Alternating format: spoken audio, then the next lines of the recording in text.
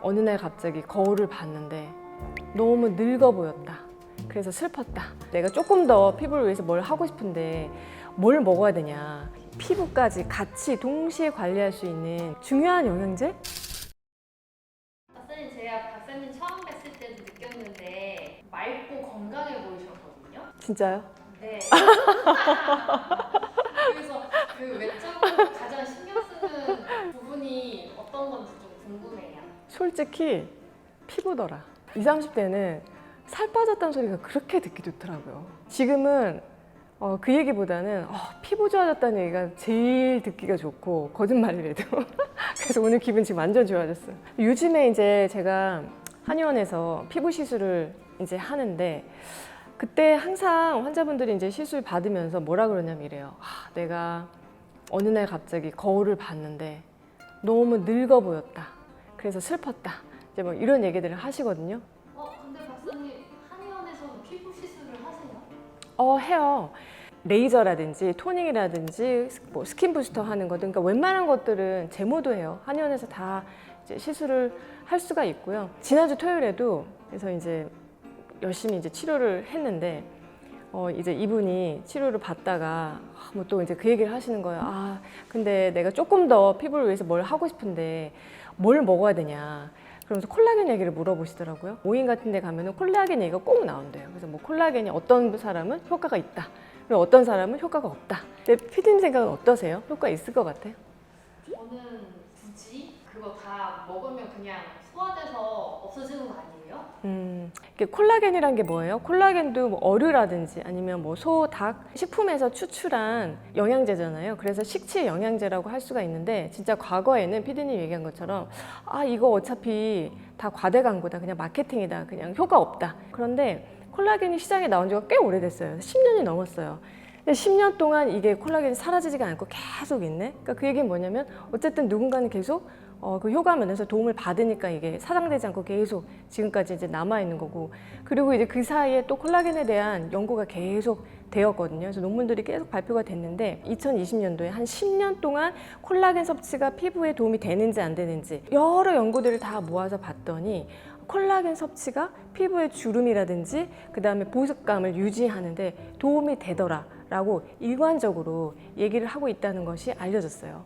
콜라겐도 단백질이잖아요. 네. 족발로 챙겨 먹거나 이런 식으로 할 수 있을 것 같은데. 맞아요. 콜라겐은 단백질이기 때문에 그냥 흡수되는 게 아니라 아미노산으로 분해가 돼서 흡수가 돼요. 그래서 이게 그냥 굳이 콜라겐 먹지 않고 단백질 먹으면 되는 거 아니냐, 이렇게 얘기하시는 분들도 많은데, 콩 단백질을 먹어서도 역시 우리가 콩 단백질 그대로 흡수되는 게 아니라 아미노산으로 분해가 된 다음에 흡수가 되죠. 그래서 이론적으로 보면은 콜라겐을 먹으나 콩 단백질 그냥 먹으나 똑같을 것 같거든요.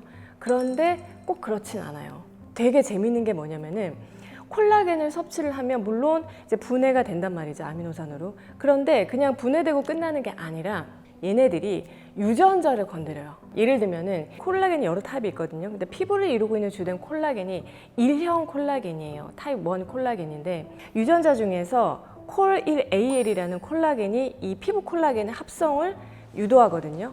그런데 콜라겐을 섭취를 하면은 아미노산으로 분해도 되지만 한편으로는 이 콜라겐 유전자의 신호를 막 증폭시켜요. 그래서 유전자 합성이 되게끔 막 유도를 하는 거죠. 그래서 그냥 콩단백질을 먹으면 이 콜라겐 합성 유전자, 이 신호를 보내는 유전자에 큰 영향을 미치지 않지만 콜라겐을 섭취했을 경우에는 그런 유전자들의 발현이 증가한다는 것들이 연구를 통해서 이제 밝혀졌어요. 또 다른 또 재미있는 연구가 있는데, 관절을 이루고 있는 콜라겐은 2형 콜라겐이거든요. 근데 미국에서 이루어진 어떤 실험인데, 이 퇴행성 관절염 때문에 너무 통증 있고 아프고 힘들어하는 분들한테 콜라겐 섭취를 하게끔 한 거예요. 그러면서 이 콜라겐이 몸속에서 어떻게 분해되고 또 흡수되는지 그 패스웨이를 쭉 따라가 봤거든요. 그랬더니 너무 재밌는 게, 우리가 콜라겐을 먹었을 때 그게 그냥 분해되고 끝나는 게 아니라 그만큼 연골로 가서 축적, 다시 거기에 재축적이 되는 것을 확인을 했어요. 그래서 결론은 물론 사람마다 체감하는 정도는 조금씩 다를 수 있지만 콜라겐을 섭취했을 때 피부나 관절에 어느 정도 도움이 될 수 있다라는 게 제 생각이에요. 근데 박사님, 콜라겐은 흡수가 잘 안 된다는 얘기가 있던데요. 콜라겐도 여러 종류가 있는데 피쉬 콜라겐은 소나 닭에서 만들어지는 콜라겐보다는 분자 크기가 작아서 조금 더 흡수가 잘 되거든요. 그런데 또 어떤 면으로 보면은 흡수가 되고 난 후에는 생체 내에서 이용되는 그 생체 이용률이 소 콜라겐 같은 경우가 더 좋아요. 그래서 각각 다 장단점이 있어요. 그래서 저분자 콜라겐을 골라서 먹으면 흡수하는 데 큰 문제는 없습니다. 그런데 이제 여러분이 조금 알아두셔야 될 것은 이 콜라겐이 단백질이고 그리고 분자량이 커서 흡수가 안 된다. 이런 걸 포인트 삼아서 요즘에 마케팅을 굉장히 치열하게 하거든요.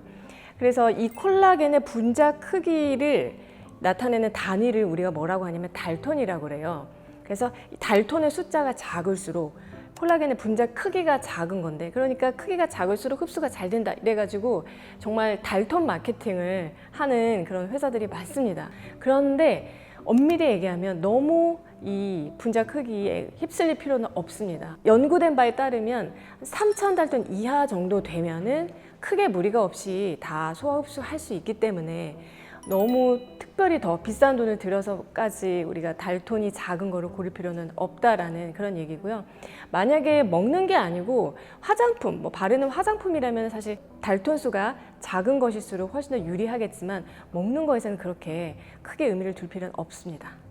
콜라겐이 피부에만 좋은 줄 알았는데 종류가 더 많은가요? 종류가 많아요. 근데 이거를 모르는 분들이 많아서 저는 콜라겐을 피부를 위해서도 먹지만 사실 연골 때문에도 섭취를 하거든요. 콜라겐은 우리 몸 단백질의 한 25%를 이루고 있거든요. 그리고 몸 곳곳에 다 어떤 주 재료로 들어가 있는데 우리가 영양제로 섭취할 수 있는 콜라겐은 크게 한 3가지 정도 돼요. 그래서 1형, 2형, 3형 콜라겐으로 나눌 수가 있는데 1형 콜라겐은 대부분의 조직에 다 들어있어요. 그래서 우리가 피부에 좋다, 피부의 진피, 그리고 힘줄, 인대 다 1형 콜라겐이고 그 외에도 혈관에 있는 콜라겐, 그리고 장기에 있는 콜라겐, 그리고 심지어는 뼛속에도 콜라겐이 있는데 다 1형 콜라겐이 대부분이고요. 2형 콜라겐 같은 경우는 어디냐면 주로 관절, 연골에 들어있어요. 디스크도 연골이죠. 그리고 이 무릎도 이 뼈에 다 연골이 있잖아요. 이 연골의 50%가 바로 콜라겐이에요. 굉장히 많은 성분이죠. 그리고 이제 세 번째 3형 콜라겐은 어디에 있냐면 근막, 근육을 싸고 있는 껍질이 있는데 그 근막을 이루는 콜라겐들이 주로 3형 콜라겐입니다. 그런데 우리가 막상 제품을 이렇게 사려고 보잖아요. 그러면 사실 이 타입이 안 적혀져 있는 경우가 많거든요. 그럼 그럴 때는 팁이 뭐냐면 이 원재료가 뭔지를 보시면 돼요. 그래서 대부분의 피쉬 콜라겐, 우리나라에서 지금 시판되고 있는 대부분의 콜라겐은 다 피쉬 콜라겐, 그러니까 어류 콜라겐이거든요. 이 피쉬 콜라겐은 그냥 1형 콜라겐이라고 생각을 하시면 되고요. 그리고 만약에 이 콜라겐이 닭에서 추출한 만들어진 콜라겐이다. 그런 경우가 이제 2형 콜라겐에 해당이 되니까 연골에 좋은 콜라겐이고, 그리고 소에서 만들어진 콜라겐입니다라고 이제 표기된 그런 이제 제품들도 있어요. 근데 소 같은 경우는 1형이랑 3형이 섞여 있는 경우가 많아요. 그래서 내 목적에 따라서 콜라겐도 골라서 이 타입을 골라서 확인하고 드셔야 된다. 알려드리고 싶습니다. 나이대는 언제부터 섭취하는 게 좋을까요?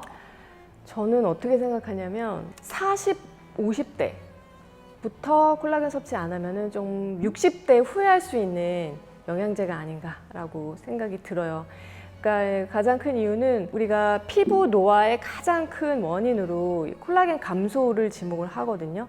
그래서 이제 리프팅 시술을 할 때도 이 치료의 그 가장 핵심 기전이 어떻게 하면은 콜라겐 생성을 더 부스팅할 것이냐, 그래서 리프팅을 시킬 것이냐, 이게 관건이거든요. 그래서 우리 몸의 내부와 바깥, 그러니까 인사이드, 아웃사이드, 이 인앤아웃을 다 같이 관리해야 하는 시기라고 봐요. 그런데 그 인앤아웃을 다 아울러서 피부까지 같이 동시에 관리할 수 있는, 어찌 보면은 가장 중요한 영양제가 콜라겐이 아닐까 싶습니다. 저도 그래서 먹고 있고 지금부터 우리가 좀 관리해야 되는 거 아닐까 싶어요.